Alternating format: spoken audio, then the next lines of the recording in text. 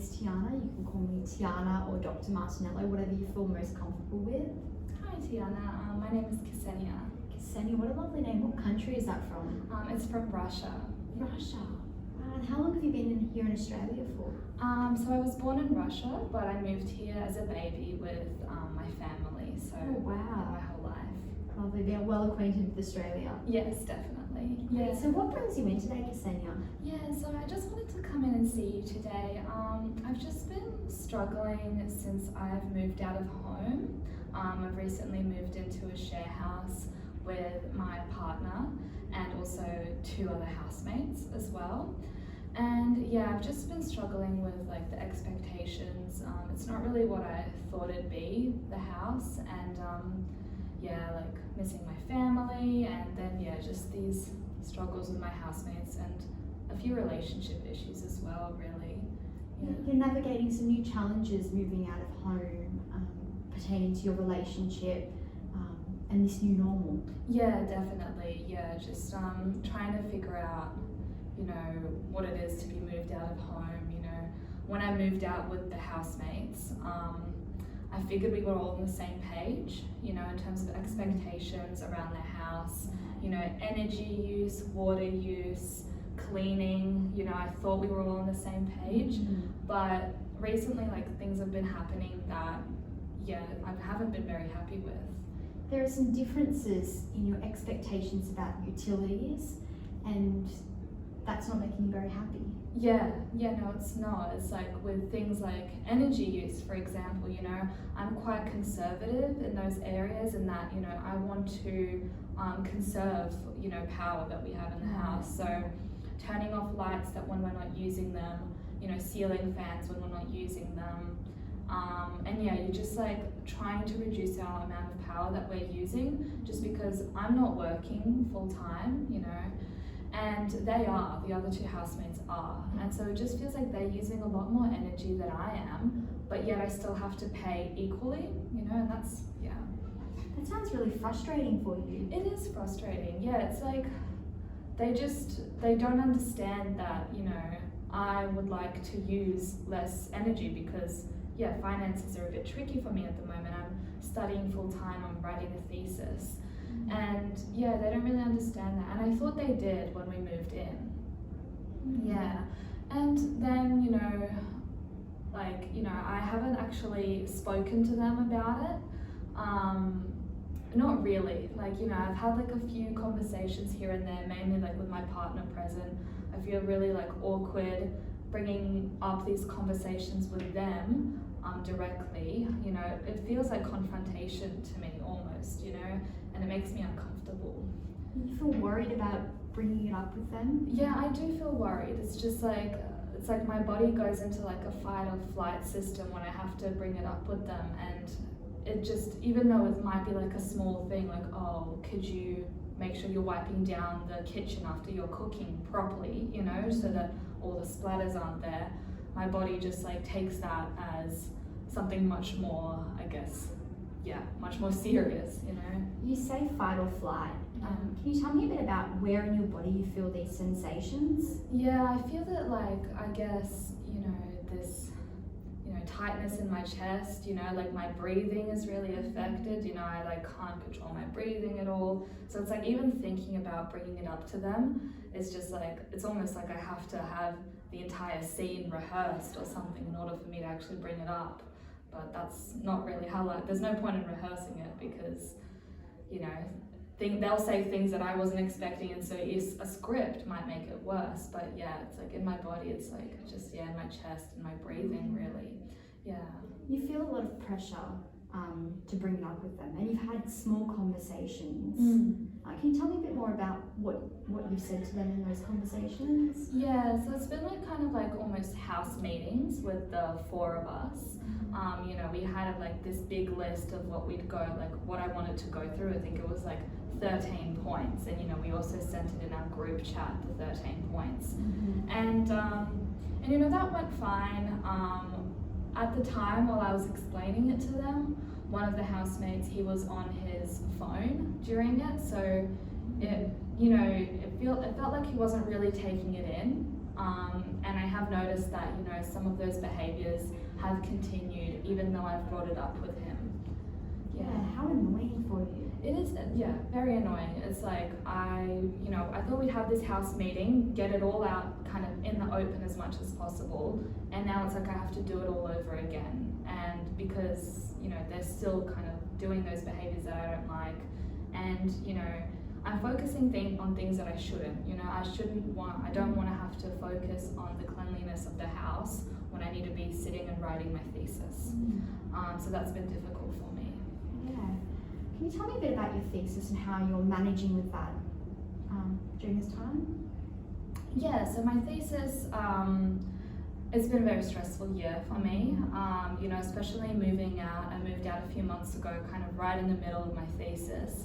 And yeah, it's been like a stressful time. It's obviously like holds a lot of significance for me in terms of my future.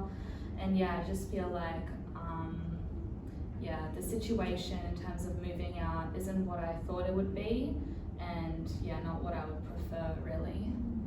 Based on what we've discussed, it sounds as though your thesis holds a lot of significance for you. Yeah. And this new experience of moving at home isn't what you expected, and it's having a bit of functional impairment. Is that correct? Yeah, it's just, yeah, all these aspects from my personal life are really impacting my studies.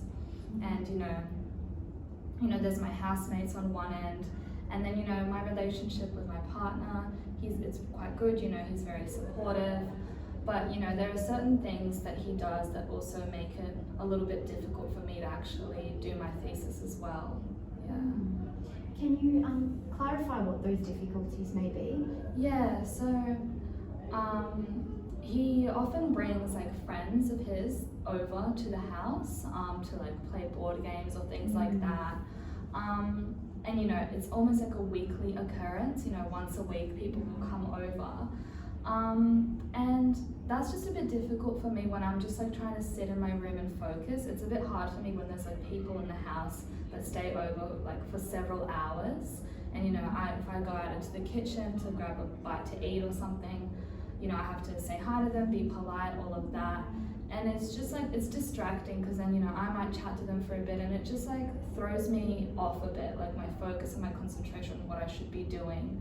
And so that's just been a bit difficult when he's been bringing, yeah, people over, yeah. While your partner is supportive, him bringing other people over is disruptive to your study. It is, yeah, it's like, you know, and it's like a weekly occurrence, and you know, when I've tried to bring it up with him, he goes, well, that's just like one of the things that I like doing, you know, it's like, he enjoys doing that, like having people over. But it's just not really what, you know, to me, a home is, you know, where I live, and, you know, we'll have guests occasionally, but it's not like a weekly thing, whereas for him, it seems to be something different for him.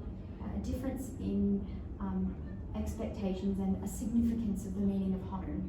Yeah, definitely. It's like for him, you know, he moved out of home, and you know, when you're living with your parents, you can't exactly have friends over all the time. They don't really like that. But, you know, now that he's moved out of home, he thinks that, you know, having people over is something that he likes to do, and now that there's, I guess, no parents to really say no to it, because it's not his house or whatever, or now that he basically has his own house, he's able to do those things. But yeah, while I'm in the midst of my thesis, it's been a bit hard, definitely. Yeah.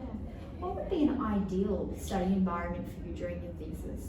Yeah, so an ideal study environment for me would just be, you know, a home in where the housemates are, you know, being, I guess, respectful of the things that I think should be respected, which is the cleanliness of shared spaces. Yeah, and then also like the power usage, you know, it's just like, it almost like ruins my mood when I wake up in the morning and I see that like the power switch has been left on, or the front door has been like left unlocked, or like these little things that they all just build up. And it's like, I thought we had all agreed on this, that we wouldn't be doing these things. And so it's like I wake up in the morning ready to like start working, and I'm already kind of put in a bad mood of these little things. So an ideal environment would just be where I don't have to worry about these things, and just maybe guests in a few weeks' time once I've actually finished my thesis, you know.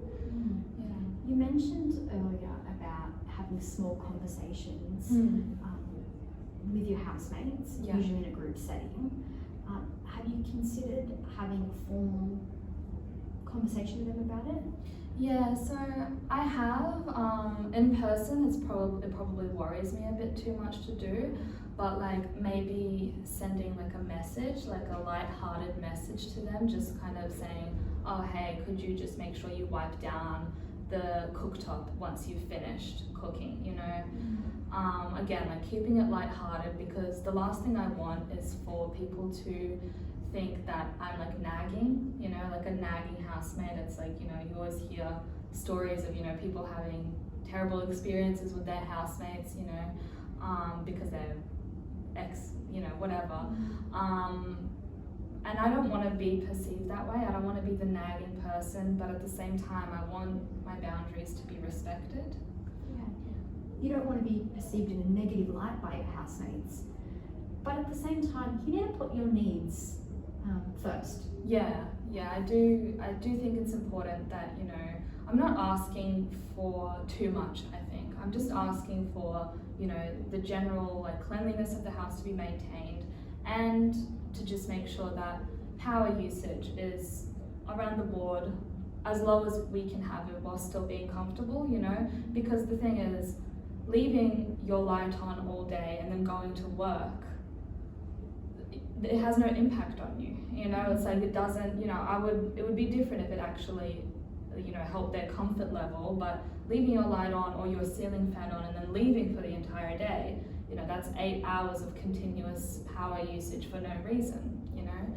And so things like that, I think it would be great if they didn't do. So yeah, but it's not really possible with my current living situation, I think. Yeah. Could you tell me a little bit more about your living situation and how you ended up living with these housemates? Yeah, so we've been friends for about 6 years now. My partner, he's been friends with them since high school, so like since year 7 or 8. I met them in year 11, and so we've known each other for quite a while. But he's like, you know, they're all guys, so he knows them quite a lot more than I do, so it's like he's closer with them.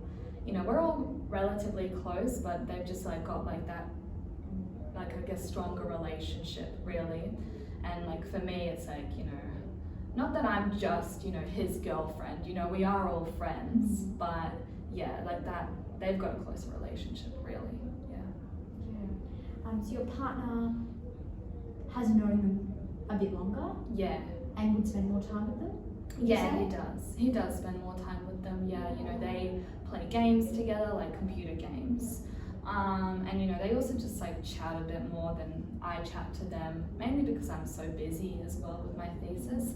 But yeah, he definitely talks to them quite a lot more. And yeah, so he's able to talk to them in quite a, I guess, a light-hearted way, because my partner's much more relaxed than I am. He's just much calmer than me. Like, for example, I'm very much a 0 to 100 person. I'll be like at baseline, and then something will happen and it'll make me very emotional. Yeah. So while you're very emotional, your partner is very calm and a bit more rational. Yeah, he is. He's definitely, yeah, more rational than me. And you know, and that has its pros and its cons. You know, it means that he can stop me from spiraling about things and kind of calm me down, especially if I'm, you know, especially angry about something or frustrated. But at the same time, I think he doesn't sometimes understand, you know, the urgency of certain situations. I feel like, you know, with my anxiety, I can, you know, when urgent things need to be done, I can do them, whereas he's like much more, you know, relaxed about things, which has its pros and cons there, really. You can acknowledge the pros and cons in your partner's level of calm and level of rationality, but at the same time you feel like he could be a bit more urgent in situations. Yeah, definitely. I just think, you know, just like as an example, like if there's, you know, a certain bill that needs to be paid or something that needs to be done quite urgently, you know, he'll be, you know, slow about it or something like that, whereas I'm like, let's get it out of the way, let's do it now. And so it's like with those kinds of things, I wish he was a bit more urgent, but then, yeah, I also appreciate the fact that he is able to, you know, keep me grounded, you know, that I'm not just always spiraling, because I don't think that would be good for my health to always be, you know, really stressed and anxious about things. Yeah. These emotions you've expressed as stress and anxiety, based on your current situation, on a scale from 1 to 10, with 1 being very little stress, very little anxiety, no functional impairment, to 10, these massive feelings are really overwhelming. Where do you feel like you currently sit on that scale? Yeah, it varies from day to day, but just like in my like general mood with my housemates and everything, I think like the stress and like with everything going on in my life, it's at about a 7 or an 8, like maybe even higher on certain days, just because it's like all these different areas like personal life, work life, study life, they all compound into like one big ball of stress almost for me. Yeah. Wow, it seems like you're going through a really challenging period with all of these personal grievances per se on top of your thesis. Yeah, definitely. And you know, it's not really what I pictured moving out, you know. I think I would prefer a different living situation. Yeah. Yeah. So can you tell me a bit about you and your partner? How long have you guys been together? We've been together for coming up on 5 years at the end of this year now. Yeah. Oh wow, so a little bit of time. Yeah, definitely, yeah. And how did you guys meet? We also met in year 11, so like we've all known each other for the same like 6 years almost now. And yeah, so we met back then, and then we got together at the end of year 12. And so yeah, overall it's been, you know, quite good. I think overall our values are similar. There are some differences here and there, but overall it's not too bad. I think I would like to live by myself or with him, preferably, rather than where I'm currently living. Yeah, it's great to hear that for the most part you and your partner share similar values. Yeah.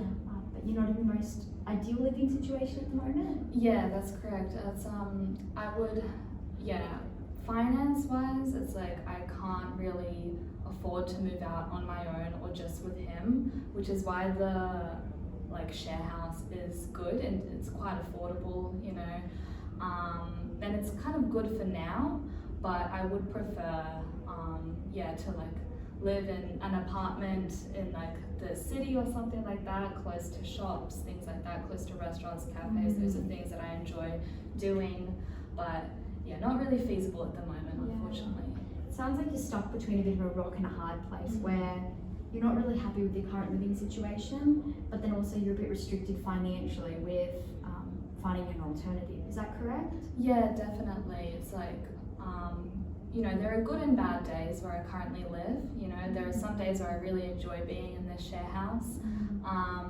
And then there are some days where I really just, you know, especially when I'll walk through the city and I'll see these apartments that I really like the look of, you know, it's a bit like, I guess, disheartening knowing that I can't live there right at this time, but I do look forward to it maybe one day in the future. Yeah, it's great that you see that prosperity in the future. And yeah, definitely. It's like something to look forward to really is good. You know, sometimes I'll just like go and browse apartments online. You know, hopefully in a couple years time when I do have the means to move out, it will still be something that, you know, I want to do, you know, hopefully, because it's a bit hard now to know what I'll want in the future. Exactly. Yeah. I guess it's great that you're aware that there isn't much you can do to change your situation at the present time.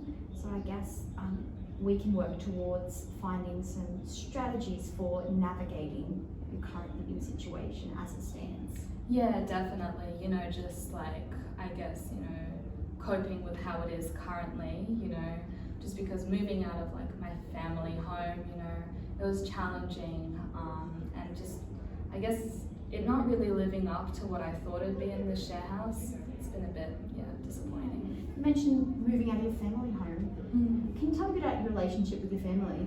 Yeah, so most of my family live overseas, back in Russia, but then I've got my mum, dad, and my younger sister here, and then also my dog, Moon. So they're all in the family home still, and yeah, the relationship has been, it's been fine. It's been good to, I guess, get a little bit of space, from the family. But at the same time, I've really been missing them as well, more than I thought I would. Yeah. You're liking the independence, but at the same time, you feel a bit homesick. I definitely feel homesick. Yeah, it's like much more than I thought I would as well. I really thought I'd enjoy the independence, but because of like the time constraints with my thesis, I'm not able to visit my family as much as I can, or my dog, which is it's hard for me because I'd like to, but at the moment I'm only able to do it once a week or sometimes even once every fortnight. Yeah. You're not able to see your family as much as you would like due to your life circumstances with your thesis? Yeah, definitely, because I'll want to come over for an hour or two in the night, but then I have to spend longer because they want to chat and have dinner and everything. Yeah. How do you think your family would view your current situation? Yeah, so they're quite supportive, of my current situation. They like that, that I'm happy being moved out and everything. I think they would prefer if I visited more, and I would also like that as well. But yeah, they have been supportive, definitely. Yeah, so you do recognise that your family may be, they love having you over, yeah, but they may be feeling a bit disheartened that you're not going over as much. Yeah, definitely. And I also feel like disheartened as well because I'm not able to see my dog, who means a lot to me, and he gets so happy when I come over, and saying he gives me so much happiness as well, but I'm just not able to see him as much as I'd like to, which is quite challenging for me. Yeah, you're disappointed you don't get to see your dog as yeah, much as you like. Definitely. Yeah, I'd like to, see him, take him for walks and everything, but it's just not really possible at the moment with my thesis. I'm hoping that in the future, once my thesis is over, that I'll be able to see him more often because, I don't want to live in regret in the future when, I'm thinking back and, I didn't spend enough time with my dog when I could have, Can you tell me a bit more about what your family and what your dog means to you? Yeah, so my dog is really important to me. It's like, he's a really big part of my life, and I know that they don't have very long lifespans, which and he just appreciates me so much, which makes me want to spend a lot of time with him, and so it just makes me quite emotional when I'm not able to spend that time with him. Yeah, it sounds like you really care about your dog a lot, and he has a special place in your heart. Definitely. It's he means a lot to me, and to the family as well. And yeah, he's like, I would like if he would be able to sometimes spend nights at my new place, but he really doesn't like it there. He likes the family house. Every time he comes over there, he is bolting for the front door, scratching at the front door to get out because he doesn't enjoy it there. Yeah, so from what we've discussed today, it does sound like, you really get a lot of fulfillment and pleasure from seeing your family. So based on your current circumstances, it'd be great to work towards working out how you can fit them in within your current living situation and life. Yeah, definitely. I think it'll be much easier once I've, moved on from the thesis, actually spending time with them, taking my dog out for a walk, just like having, family dinner nights without kind of looking at my watch and thinking, I need to get back home and do my thesis, so that'll be really like a weight off my shoulders once the thesis is done. Yeah. From what I understand, without these compounding stresses in your life, you will be able to make more time to see your family.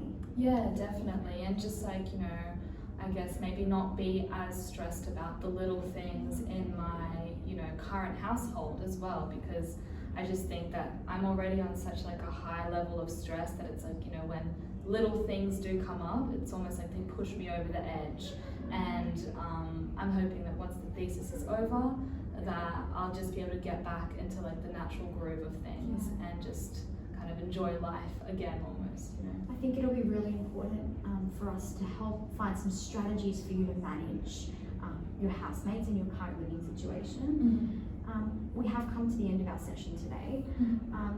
Before next session, I'd love for you to, either with pen and paper or on your phone in your notes, as a little bit of homework, just write down these feelings towards your housemates and maybe some things you would like to say towards them. And then maybe we can next session draft up maybe a text message that you could send to them so they can understand how you're feeling at the moment, and hopefully we can see some changes in your living situation. How does that sound, Ksenia? Yeah, no, that sounds really good. I think writing all my feelings down will be very helpful, you know, instead of just telling my housemates how it is from the get-go. I think drafting it all out would be really great.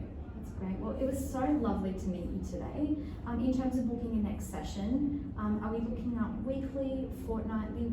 What works best for you? Like with finances, I guess, like, you know, because I am quite, you know, distressed at the moment with everything going on, maybe we can try weekly and then see how it goes and then spread it out from there. Definitely. I think that sounds like a great plan. So we'll book in a time when you're in reception and we'll go from there. Okay, that sounds great. Thank you very much. Great, it was lovely to meet you. You too, thank you.